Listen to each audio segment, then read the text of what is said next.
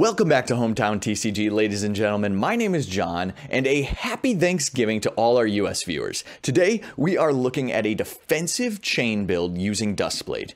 Now, I think everyone knows that Duskblade is pretty powerful. It got banned for a reason, but it still exists in Blitz, so we're going to take advantage of it while we can. Now, this deck, it can play and get that Duskblade counter with a 1 or 2 card hand, and honestly, I've been doing it with 0 card hands.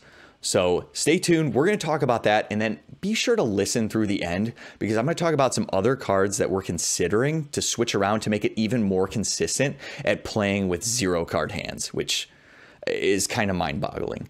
So the other thing, I'm just going to hype it up even more. The other thing is that the deck plays enough attacks in there to where it can go hyper wide and do these crazy 25 damage Art of War turns if it needs to. So it can always play like a normal Chane, but it has the consistency to play defensive in there too.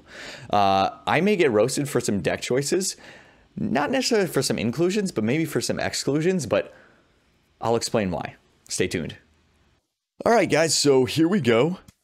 Chane and Duskblade. We're gonna start with our equipment. Your normal suite's gonna be Skullcap, Husk, Grasp, and Snapdragon.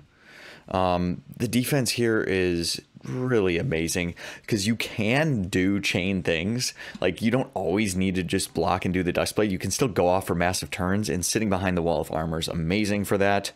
Ebb and Fold, obviously, this can help sort out your hands even more, give you some more consistency, and be able to go wider against some control decks.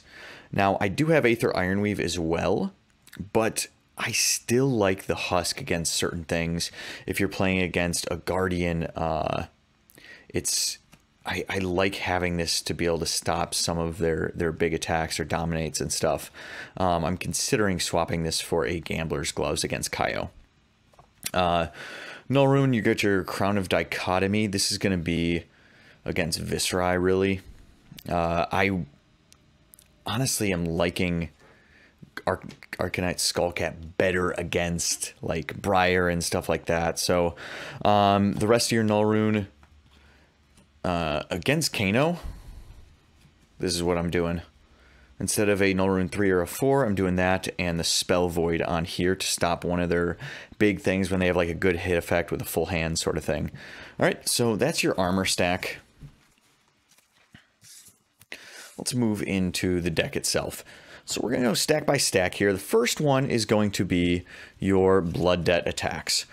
So your Riftbind, your Ghostly Visit, Unhallowed Rites, Bounding Demigon, and then the blue ones as well. You have Blue Bounding Demigon and Blue Shadow of Ursur. All right, so I'm really not trying to get into some of the 2-cost stuff. It could be an option, because if you think about it, a lot of times your play style is play a 0-cost non-attack, play an attack, whether it's from your hand or from your banish zone, and then swing with your Duskblade. And with these, really that only takes 2 pitch. However, I will say against Frostbite tokens, it's pretty great.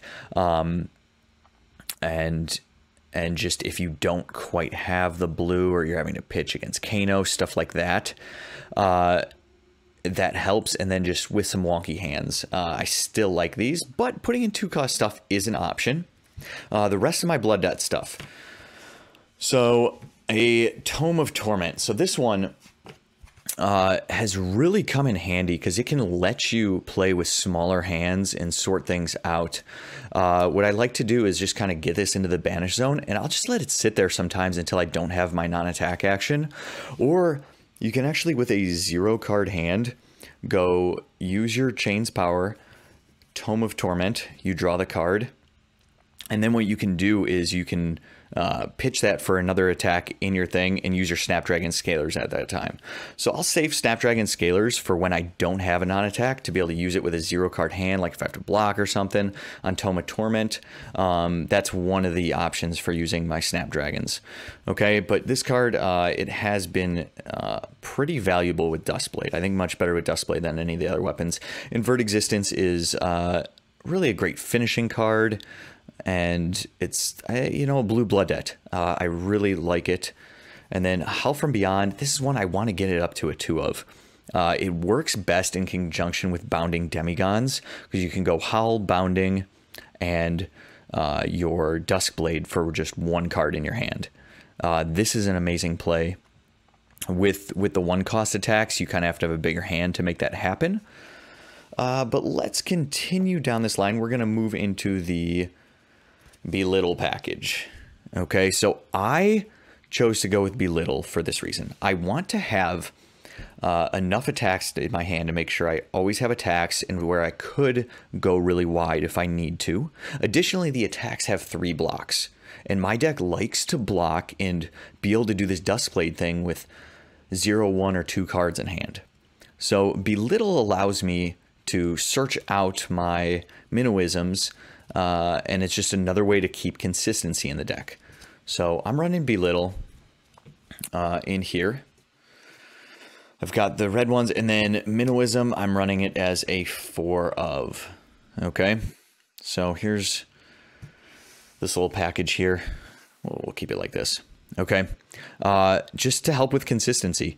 And Bounding Demigon, it triggers off of Riftbind, it triggers off of Shadow of Ursa, it triggers off of, and Vexing Malices triggers off of. So Vexing Malice blue is pretty obvious inclusion in most of these decks, but I am running more than that. So these help because they're 3 blocks, they're Runeblade cards to go again with your power, and they're great finishers. So currently I'm actually at a 5 of Vexing Malice. This is one that I did not think I was going to like, but it did work out pretty well. If there's something I would change in the deck, it would be these, but 3 blocks, you can go to pitch. I actually think I'm going to change this in the FabDB deck list already. I'm going to run 2 yellows because a lot of times your deck can function off a yellow. 2 yellows and 1 red. So again, great finisher as well. It just adds to the versatility in the deck. Can trigger off Belittle, and that's what I'm looking for. Consistency to get that off every single turn. And you need these 3 cost or less attacks to be able to search for the non-attack sometimes. And then just going with my other whatever attacks, you have Enlightened Strike. Helps with the versatility. It's great. Sometimes I will seriously just blind draw off the top and need to draw into like the non-attack and I'll get it. That did happen once. That's a little risky, but I'll save my Snapdragon Skillers obviously for an Enlightened Strike draw as well. A lot of times you just do it for like the extra pitch you need to finish it off. All right, we got 2 more piles left. I'm going to talk about I'm going to have the non-attack action and the extra goodies pile. So extra goodies, we have Art of Wars. These are pretty obvious. This just lets you do chain stuff. So when I draw an Art of War, I'll just do a normal chain turn where I pretty much don't block. I'll use my Husk on that turn, and I'll just completely go off, just like any normal chain would. And then I go back to my kind of blocking Duskblade strategy after that. Now, here we go. Fate Foreseen and Sink Below.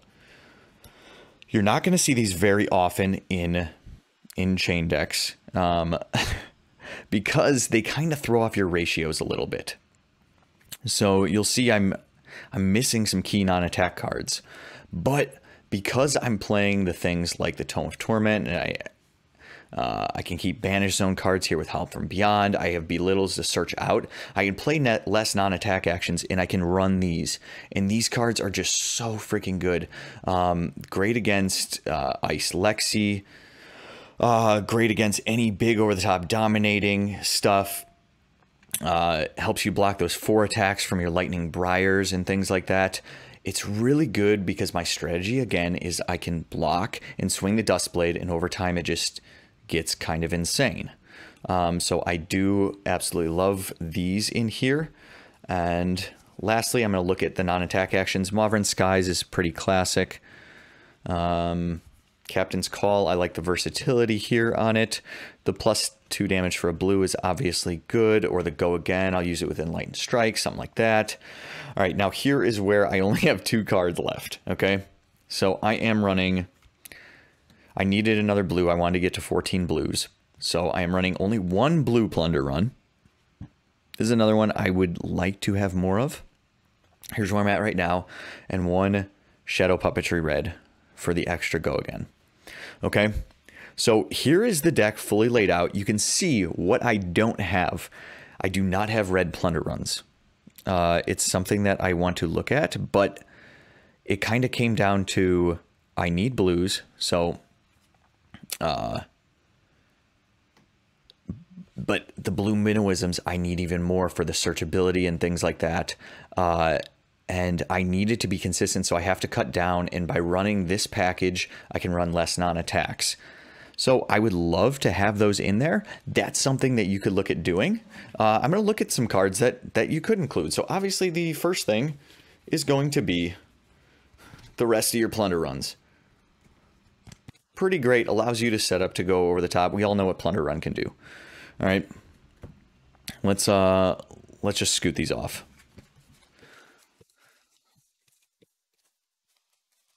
Okay, and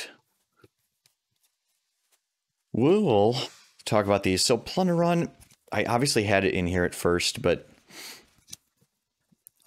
just had too many non-attacks, and I needed to get my attack actions up higher. So this is where we landed.